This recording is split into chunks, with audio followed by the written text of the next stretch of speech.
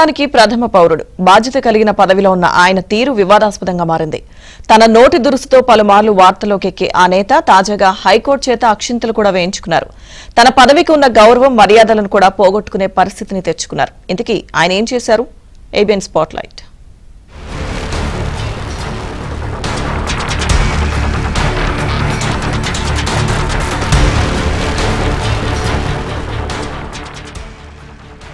కావటి మనోహర్ నాయుడు గుంటూరు నగరపాలక సంస్థ మేయర్ గా ఉన్న ఆయన ప్రస్తుతం రాష్ట్ర స్థాయిలో చర్చనీయాంశం అయ్యారు. గుంటూరు నగరానికి చెందిన కావటి మనోహర్ వైసీపీలో కీలక నేతగా ఎదిగారు. తొలుత పెదకూరపాడు నియోజకవర్గం వైసీపీ ఇన్ఛార్జ్ గా పనిచేసిన ఆయనకు 2019 ఎన్నికల సందర్భంగా చివరి నిమిషంలో సీటు చేజారింది. దీంతో వైసీపీ ప్రభుత్వం అధికారంలోకి రాగానే గుంటూరు మేయర్ గా అవకాశం కల్పించారు. రాష్ట్రంలో ఉన్న నగరాలలో గుంటూరు కూడా కీలకమైన కార్పొరేషన్. అంతటి ప్రాధాన్యత ఉన్న కార్పొరేషన్ కు మేయర్ గా ఉన్న కావటి మనోహర్ నాయుడు తొలి నుంచి దూకుడు స్వభావాన్ని ప్రదర్శిస్తూ విమర్శలు పాలవుతూ వస్తున్నారు. తన నోటి దురుసుతో మేయర్ పదవికి కళంకం తెస్తున్నారన్న ఆరోపణలు ఉన్నాయి. గత వైసీపీ ప్రభుత్వంలో ఆయన టీడీపీ, జనసేన పార్టీలపై దూకుడుగా వ్యవహరించేవారు. గుంటూరు జిల్లాకే చెందిన సీనియర్ రాజకీయ నేత కన్నా లక్ష్మీనారాయణ పార్టీ మారి టీడీపీలో చేరిన సందర్భంలో కన్నా లక్ష్మీనారాయణను ఏకవచనంతో అసభ్య పదజాలంతో దూషించి వివాదాలకు కేంద్ర బిందువయ్యారు. టీడీపీ నేత పట్టాభి గతంలో జగన్ పట్ల అభ్యంతరకర వ్యాఖ్యలు చేశారంటూ ఆయనపై ఒరే పంది, ఓరపంది, సన్నాసి వెధవ అనే పదాలతో రెచ్చిపోయి మాట్లాడి వివాదం సృష్టించారు.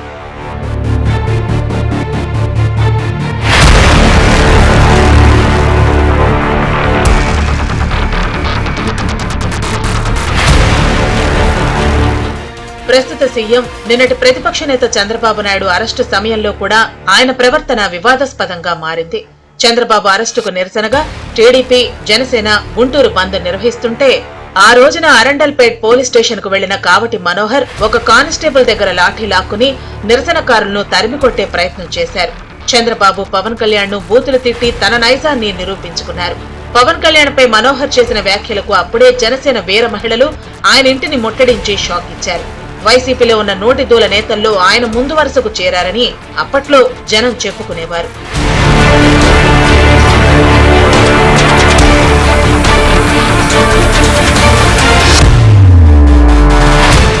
సీన్ కట్ చేసి చూస్తే ఎన్నికల్లో వైసీపీ ఓడిపోయిన తర్వాత కూటమి ప్రభుత్వం ప్రత్యక్ష కార్యాచరణకు దిగింది.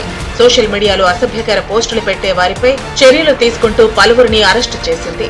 టీడీపీ రాష్ట్ర కార్యనిర్వాహక కార్యదర్శి కనపర్తి శ్రీనివాసరావు గుంటూరు మేయర్ కావటిపై అరండల్పేట పోలీస్ స్టేషన్ లో ఫిర్యాదు చేశారు.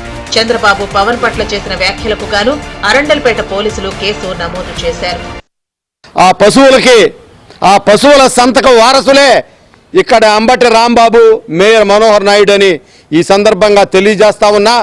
ఇవాళ ఇక నుంచైనా నోరు అదుపులో పెట్టుకో మిస్టర్ మనోహర్. నువ్వు గతంలో కూడా మా రాష్ట్ర మాజీ అధ్యక్షుడు, ప్రస్తుత వ్యవసాయ శాఖ మంత్రి, బలహీన వర్గాల నాయకుడైనటువంటి అచ్చెన్నాయుడు గారిని, పట్టాభి గారిని కూడా బాడీ షామింగ్ చేసి చాలా చండాలంగా మాట్లాడావు. త్వరలో దాని మీద కూడా కంప్లైంట్ ఇవ్వబోతా ఉన్నాం. తనపై నమోదు చేసిన కేసు కొట్టివేయాలంటూ పిటిషన్ దాఖలు చేసిన మేయర్ కావటి మనోహర్ నాయుడుపై హైకోర్టు ఆగ్రహం వ్యక్తం చేసింది. పెద్ద కార్పొరేషన్ గుంటూరుకు మేయర్, నగర ప్రథమ పౌరుడు మాట్లాడే భాష ఇలాగేనా ఉండేదంటూ తప్పుపట్టింది. మేయర్కు బాధ్యత ఉండక్కర్లేదా అంటూ మండిపడింది. రాజకీయ పార్టీల విధానాలు నచ్చకపోతే విమర్శించాలే తప్ప అసభ్య పదజాలంతో వారి కుటుంబ సభ్యులు, తల్లులపై దాడి చేయటం ఏంటని నిలదీసింది. అసభ్యకర భాషను వినియోగించే ఏ పార్టీ వారినైనా శిక్షించాల్సిందేనని కుండబద్దలు కొట్టింది. అతని మీద ఆ రోజున కంప్లైంట్లు కూడా ఇచ్చాం, కానీ అధికారం వాళ్ళది. వాళ్ళ పార్టీ నాయకుడు ముఖ్యమంత్రిగా ఉండటంతో ఎక్కడా కూడా కంప్లైంట్లు అతని మీద తీసుకోలేదు.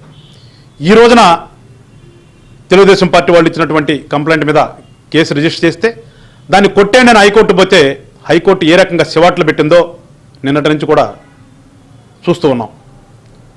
అంటే ఒక ప్రథమ పౌరుడిగా ఉండవలసినటువంటి వ్యక్తికి ఏ లక్షణాలు ఉండాలో ఆ లక్షణాలు లేకున్నటువంటి వ్యక్తికి కనుక పదవిస్తే ఏ రకంగా ఉంటుందనేది ఇది ఒక ఉదాహరణ.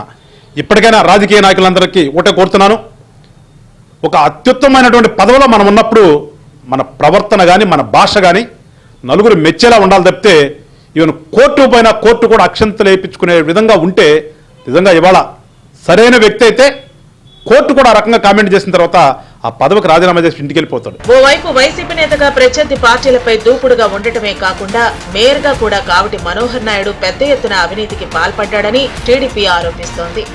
మరి మేము గతంలో కూడా సవాళ్లు విసిరాం, పబ్లిక్ చర్చకు సిద్ధమా? నీ హయాంలో జరిగినటువంటి అవినీతి ఆరోపణల మీద మేము కౌన్సిల్లో నిలదీశాం.